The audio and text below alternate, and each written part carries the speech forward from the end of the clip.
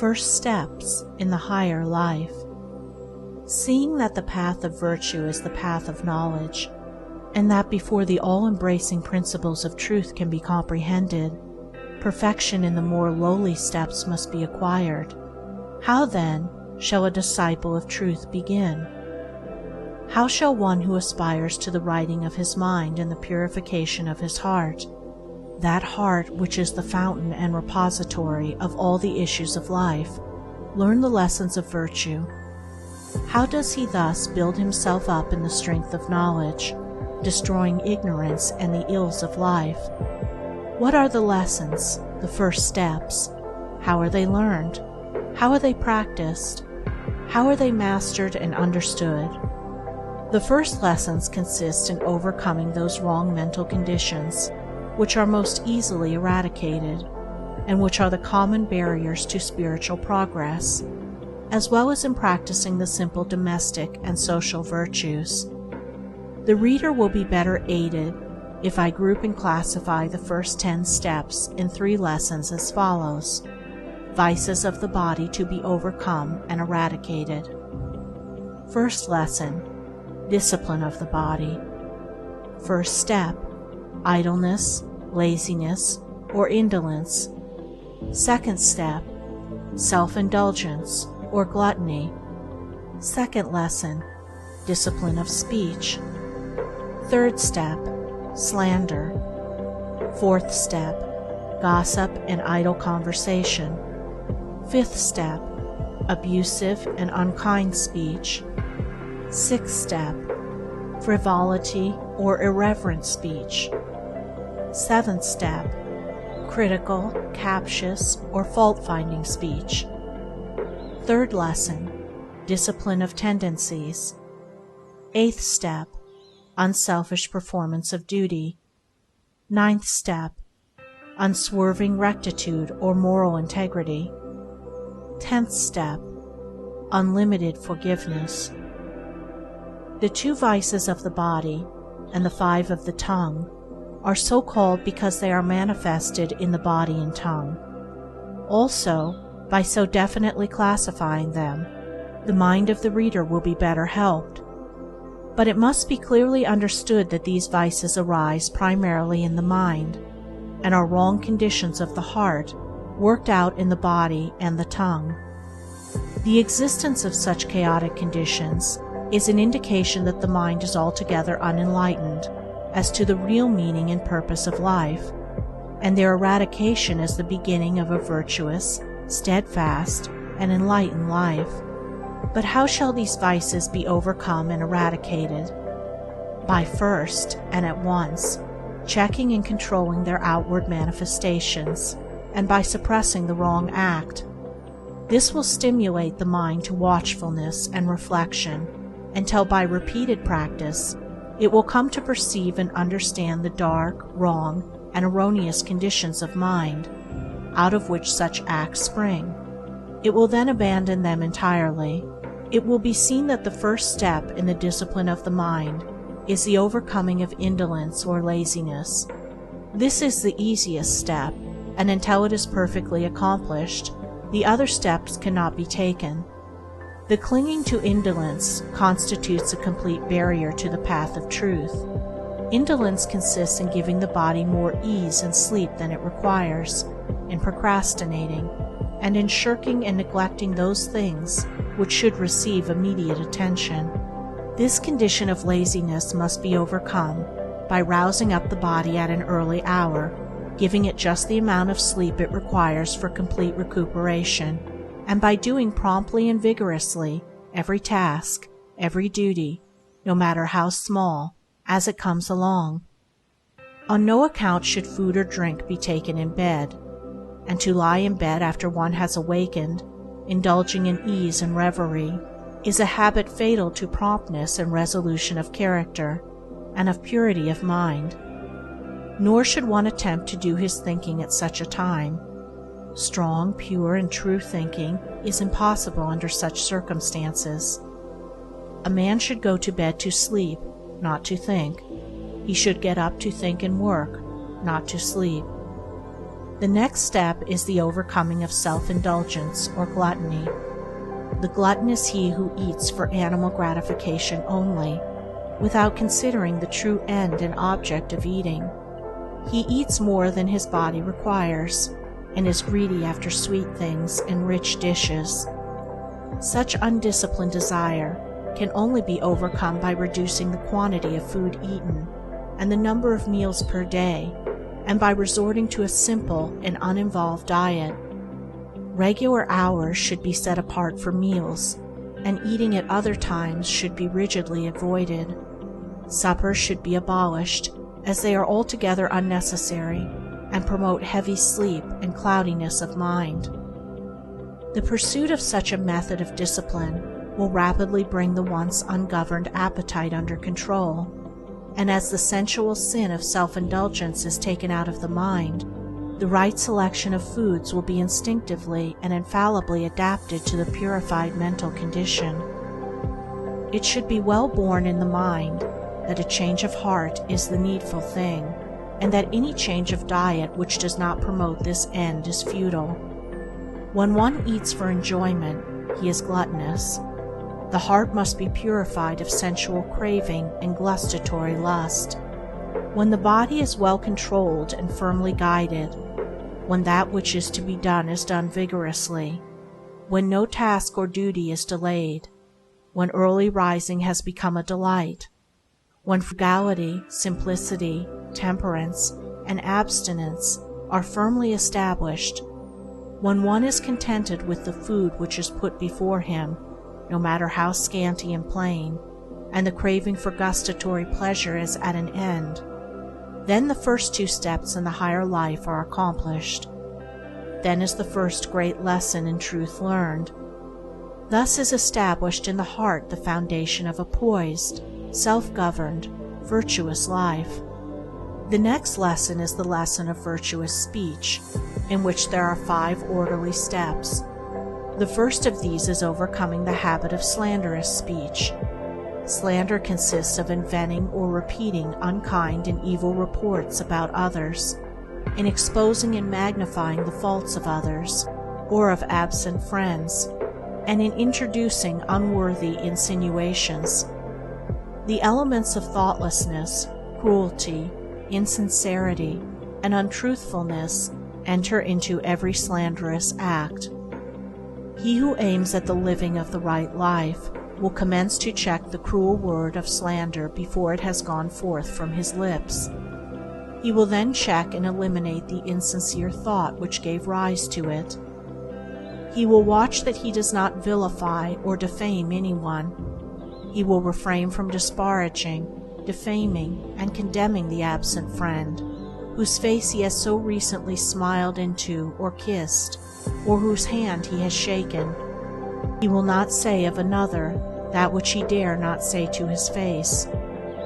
Thus, coming at last to think sacredly of the character and reputation of others, he will destroy those wrong conditions of mind which gave rise to slander. The next step is the overcoming of gossip and idle conversation. Idle speech consists in talking about the private affairs of others, in talking merely to pass away the time, and engaging in aimless and irrelevant conversation. Such an ungoverned condition of speech is the outcome of an ill-regulated mind. The man of virtue will bridle his tongue, and thus learn how rightly to govern the mind. He will not let his tongue run idly and foolishly, but will make his speech strong and pure, and will either talk with a purpose or remain silent. Abusive and unkind speech is the next vice to be overcome. The man who abuses and accuses others has himself wandered far from the right way. To hurl hard words and names at others is to sink deeply into folly. When a man is inclined to abuse, curse, and condemn others, let him restrain his tongue and look within himself. The virtuous man refrains from all abusive language and quarreling. He employs only words that are useful, necessary, pure, and true. The sixth step is the overcoming of levity, or irrelevant speech. Light and frivolous talking, the repeating of crude jokes, the telling of vulgar stories, having no other purpose than to raise an empty laugh, offensive familiarity, and the employment of contemptuous and disrespectful words when speaking to or of others, and particularly of one's elders and those who rank as one's teachers, guardians, or superiors. All of this will he put away by the lover of virtue and truth. Upon the altar of irreverence, absent friends and companions are immolated for the passing excitement of a momentary laugh, and all the sanctity of life is sacrificed to the zest for ridicule. When the respect towards others and the giving of reverence where reverence is due are abandoned, virtue is abandoned.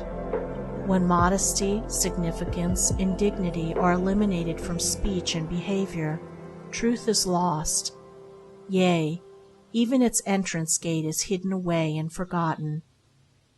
Irreverence is degrading even in the young, but when it accompanies gray hairs and appears in the demeanor of the preacher, this is indeed a piteous spectacle. And when this can be imitated and followed after, then are the blind leading the blind, then have elders, preachers, and people lost their way. The virtuous will be of earnest and reverent speech. He will think and speak of the absent as he thinks and speaks of the dead, tenderly and sacredly. He will put away all thoughtlessness, and watch that he does not sacrifice his dignity to gratify a passing impulse of frivolity and superficiality. His humor will be pure and innocent, his voice will be subdued and musical, and his soul will be filled with grace and sweetness as he succeeds in conducting himself as becomes a man of truth. The last step in the second lesson is the overcoming of criticism or fault-finding speech.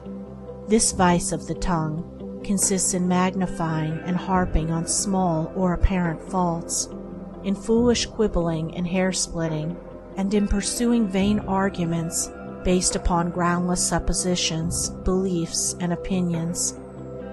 Life is short and real, and sin, sorrow, and pain are not remedied by carping and contention.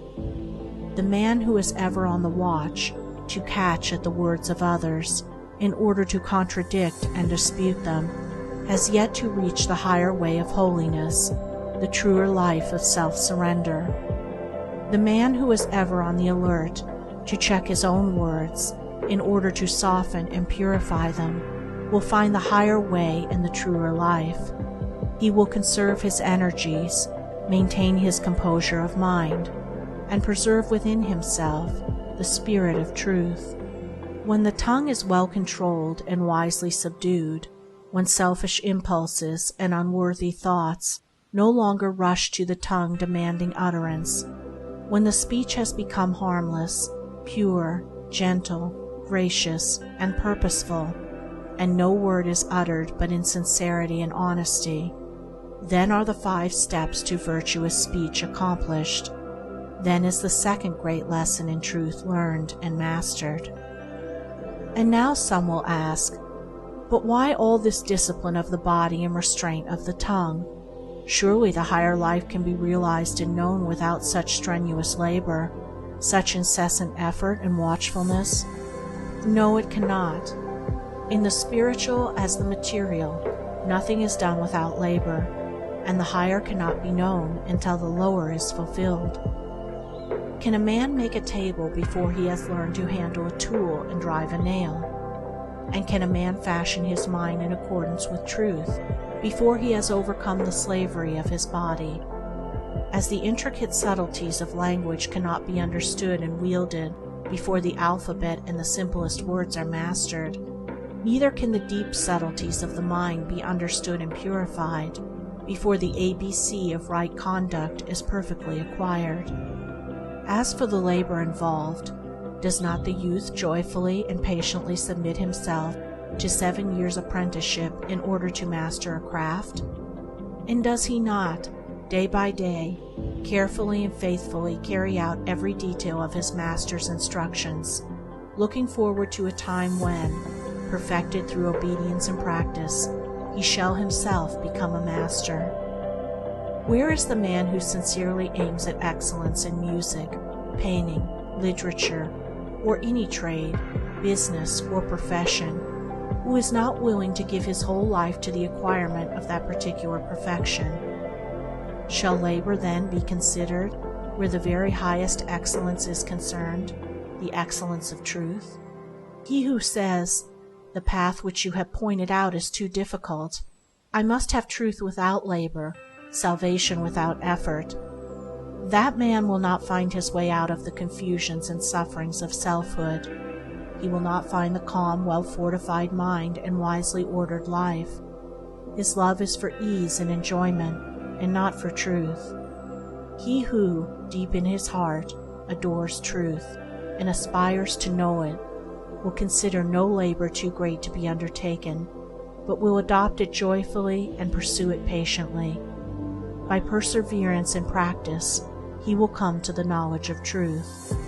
The necessity for this preliminary discipline of the body and tongue will be more clearly perceived when it is fully understood that all these wrong outward conditions are merely the expressions of the wrong conditions of the heart. An indolent body means an indolent mind. An ill-regulated tongue reveals an ill-regulated mind, and the process of remedying the manifested condition is really a method of rectifying the inward state. Moreover, the overcoming of these conditions is only a small part of what is really involved in the process. The ceasing from evil leads to, and is inseparably connected with, the practice of good. While a man is overcoming laziness and self-indulgence, he is really cultivating and developing the virtues of abstinence, temperance, punctuality, and self-denial. He is acquiring the strength, energy, and resolve which are indispensable to the successful accomplishment of the higher tasks. While he is overcoming the vices of speech, he is developing the virtues of truthfulness, sincerity, reverence, kindliness, and self-control, and is gaining that mental steadiness and fixedness of purpose, without which the more remote subtleties of the mind cannot be regulated, and the higher stages of conduct and enlightenment cannot be reached. Also, as he has to do right, his knowledge deepens and his insight is intensified. Just as a child's heart is glad when a school task is mastered, so with each victory achieved, the man of virtue experiences a bliss which the seeker after pleasure and excitement can never know. And now we come to the third lesson in the higher life, which consists of practicing and mastering, in one's daily life, three great fundamental virtues. 1. Unselfish performance of duty. 2. Unswerving rectitude, moral integrity. 3. Unlimited forgiveness. Having prepared the mind by overcoming the more surface and chaotic conditions mentioned in the first two lessons, the striver after virtue and truth is now ready to enter upon greater and more difficult tasks, and to control and purify the deeper motives of the heart. Without the right performance of duty, the higher virtues cannot be known, and truth cannot be apprehended. Duty is generally regarded as an irksome labor, a compulsory something which must be toiled through, or in some way avoided. This way of regarding duty proceeds from a selfish condition of mind and a wrong understanding of life. All duty should be regarded as sacred, and its faithful and unselfish performance one of the leading rules of conduct. All personal and selfish considerations should be extracted and cast away from the doing of one's duty, and when this is done, duty ceases to be irksome and becomes joyful. Duty is only irksome to him who craves some selfish enjoyment or benefit for himself. Let the man who is chafing under the irksomeness of his duty look to himself, and he will find that his wearisomeness proceeds, not from the duty itself, but from his selfish desire to escape it. He who neglects duty, be it great or small, or of a public or private nature, neglects virtue. When duty becomes a thing of love, and when every particular duty is done accurately, faithfully, and dispassionately, there is much subtle selfishness removed from the heart, and a great step is taken toward the heights of truth. The virtuous man concentrates his mind on the perfect doing of his own duty, and does not interfere with the duty of another. The 9th step is the practice of unswerving rectitude, or moral integrity. This virtue must be firmly established in the mind, and so enter into every detail of a man's life. All dishonesty, deception, trickery, and misrepresentation must be forever put away, and the heart purged of every vestige of insincerity and deception. The least digression from the path of rectitude or righteousness is a deviation from virtue. There must be no extravagance and exaggeration of speech, but the simple truth should be stated. Engaging in deception, no matter how apparently insignificant, for boastful pride, or with the hope of personal advantage, is a state of delusion which one should make efforts to dispel.